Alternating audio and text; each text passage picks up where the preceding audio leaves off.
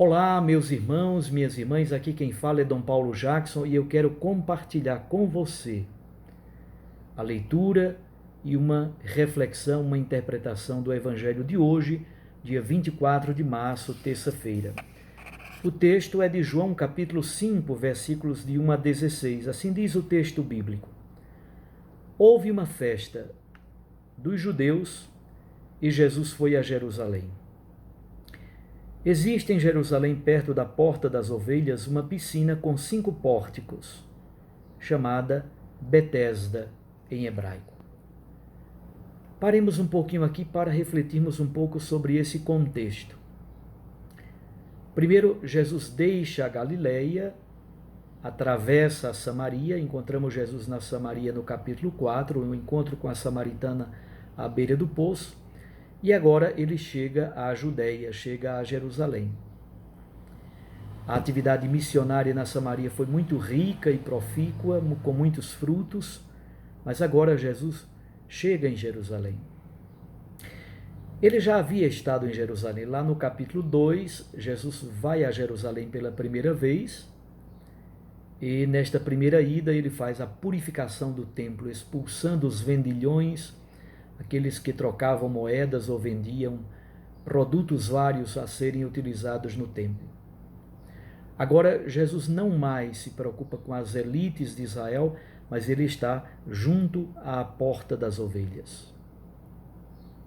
E numa piscina cheia de doentes, pessoas abandonadas, cegos, aleijados, surdos, tantas pessoas que vivem a dor física e a dor da solidão. Então é a porta das ovelhas. Jesus veio agora para as ovelhas perdidas da casa de Israel. E diz que Jesus tinha ido a Jerusalém por ocasião de uma festa. Não sabemos ao certo qual seria essa festa. Pode ser a festa da Páscoa, que todos os anos celebrava a vitória e a libertação da escravidão do Egito.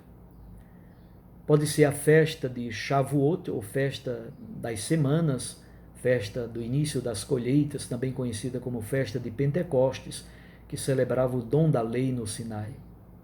Ou pode ser uma outra festa chamada Sukkot, ou festa das tendas, ou das cabanas, ou dos tabernáculos, que fazia memória exatamente da travessia no deserto.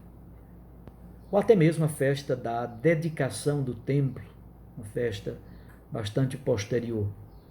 Qual festa foi? Não se sabe ao certo. O certo é que Jesus está em Jerusalém, na Porta das Ovelhas, num ambiente chamado Piscina de Betesda, e é sábado.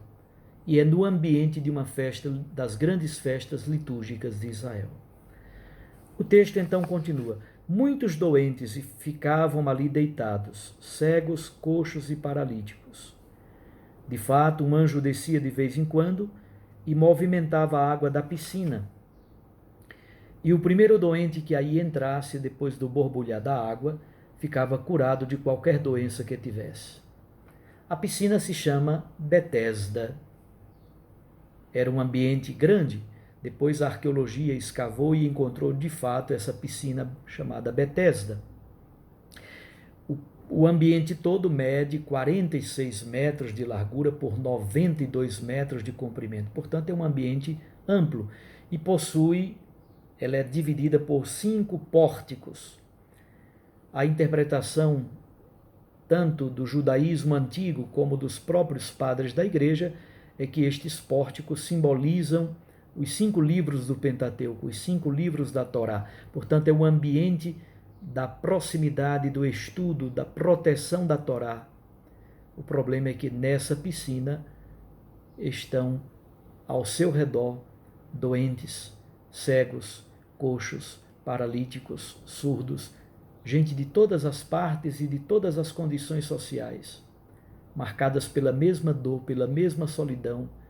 A problemática da doença física, da doença psicoemocional aparece com muita força. Portanto, essa piscina chamada Betesda, com 5 pórticos simbolizando a lei de Moisés, a Torá, o Pentateuco, não consegue dar vida para estas pessoas, ovelhas perdidas da casa de Israel. A cura só pode provir de uma espécie de roleta de sorte. De vez em quando a água da piscina se agita por um borbulhar e quem entrar na piscina, pular na piscina, naquele momento, o primeiro que pular ficará curado. O que acontece com esse borbulhar? Não se sabe ao certo. Como a piscina é alimentada por uma fonte de água viva, o borbulhar pode ser exatamente quando a fonte despeja água na piscina ou faz brotar água na piscina, a água de fato borbulha e se agita. Mas a interpretação espiritual da piedade popular atribui esse borbulhar das águas à presença e à ação de um anjo de Deus.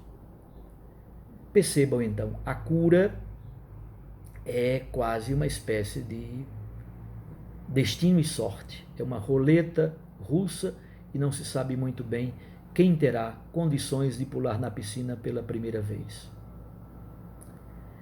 É aí que aparece no versículo 5, versículos 5 a 9, este homem que encontra Jesus. Aliás, é o contrário, é Jesus quem o encontra. Aí se encontrava um homem que estava doente havia 38 anos.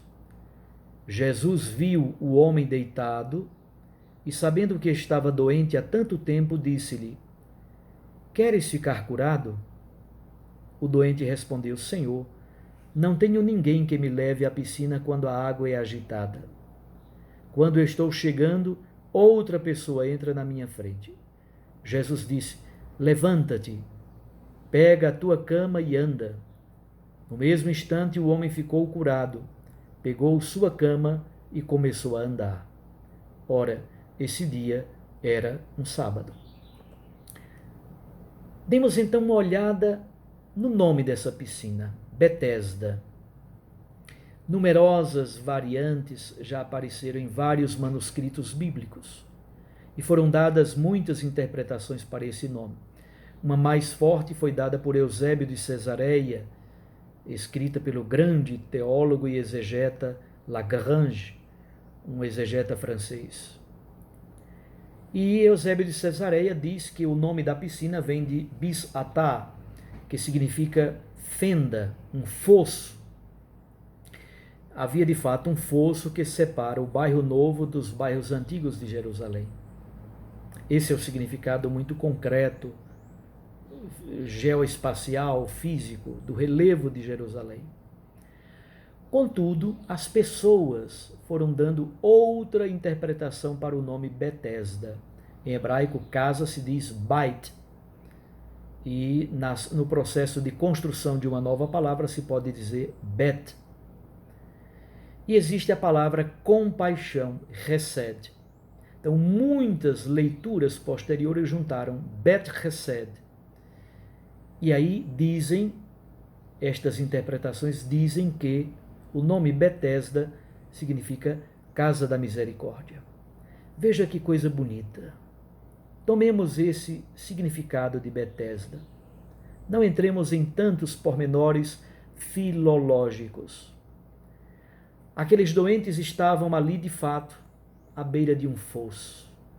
Era uma fenda e um fosso para quem não havia nenhuma saída, nenhuma esperança. Outra interpretação diz: não, de fato, aqui é a casa da misericórdia. Mas não é porque os pórticos da Torá são casa da misericórdia. Não é porque a piscina com sua roleta russa de sorte é casa da misericórdia. É porque finalmente Jesus se revela como o rosto da misericórdia de Deus, a mão estendida da misericórdia de Deus. Jesus é, por excelência, a casa da misericórdia. E é Jesus quem toma a iniciativa e vai ao encontro do paralítico e lhe pergunta: queres ficar curado? E depois dá uma ordem: levanta-te, toma a tua cama e anda. Isto é, a cura acontece pela iniciativa de Deus, a cura acontece pelo poder da palavra.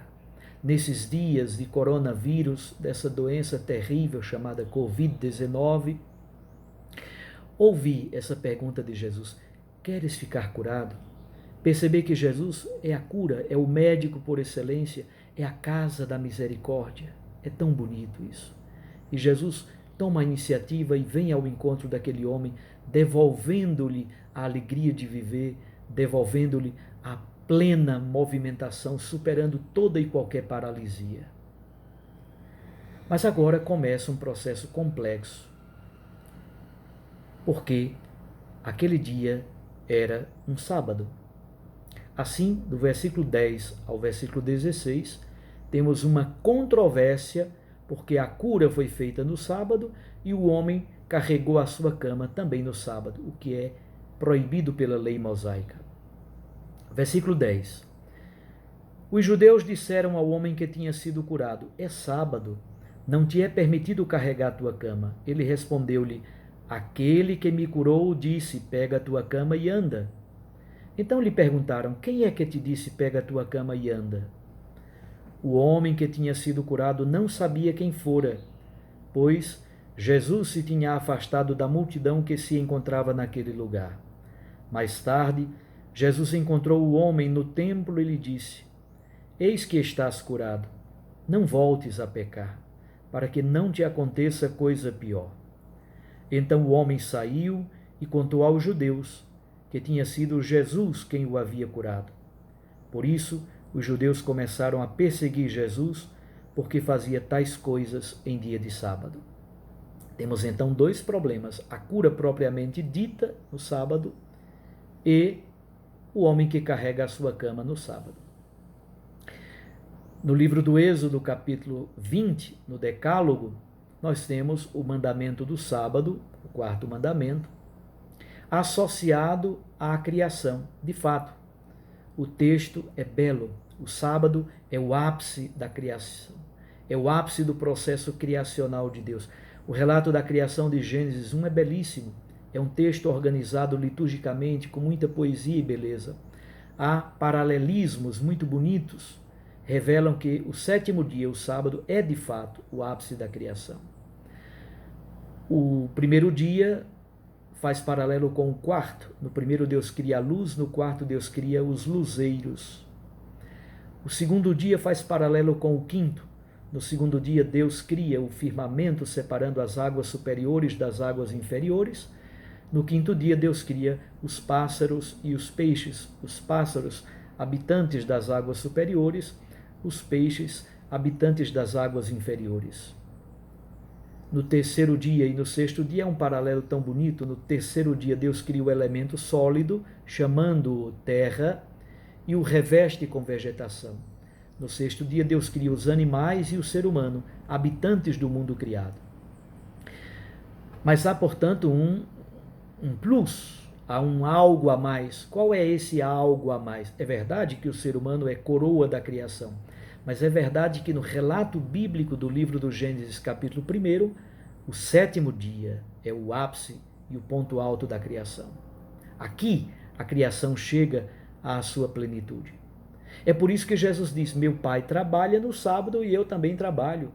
Onde quer que a vida esteja ameaçada, onde quer que alguém esteja diminuído no seu esplendor, onde é que haja alguém que sofra, que padeça, cujo corpo esteja mergulhado por trevas, por doença, por paralisias, cegueiras, aí Jesus atua para devolver ao ser humano a plenitude, o esplendor e a beleza da criação que provém de Deus. A reação dos judeus é uma controvérsia pesada, tanto contra Jesus quanto contra o homem que carrega a sua maca. Os judeus criaram posteriormente muitas normas e leis. Havia 40 leis para o dia de sábado, 40 menos uma. Não se podia fazer nada, nem mesmo dar um nó ou desatar um nó, fazer um fogo ou apagar o fogo, colher, cegar. Não se podia plantar, nada, absolutamente nada, muito menos carregar uma cama no ambiente próximo ao templo. Jesus nos ajuda a compreender que Ele é Senhor da vida, Ele é Senhor do sábado, que a lei mosaica está vazia e não conseguiu dar vida e acolher em seus pórticos os filhos amados de Deus abandonados como ovelhas que não têm pastor. É Jesus, Betesda, é Jesus, casa da misericórdia, o rosto estendido de Deus, a mão estendida de Deus, o rosto de Deus que é misericordioso. Meus irmãos, minhas irmãs, permaneçamos unidos na palavra, orando com a palavra, meditando a palavra, mas sempre lembrando que a palavra da Sagrada Escritura nos aponta para outra palavra que é Cristo Jesus. Ele é a palavra eterna do Pai, o Logos, o Verbo eterno. Deus o abençoe, o guarde e o proteja nestes tempos de coronavírus. Deus lhe dê a graça de permanecer em casa, no isolamento social ou em quarentena, amando, servindo o Senhor, lendo a palavra, cuidando, desenvolvendo o aspecto da solidariedade. E eu os abençoo, em nome do Pai, e do Filho, e do Espírito Santo. Amém.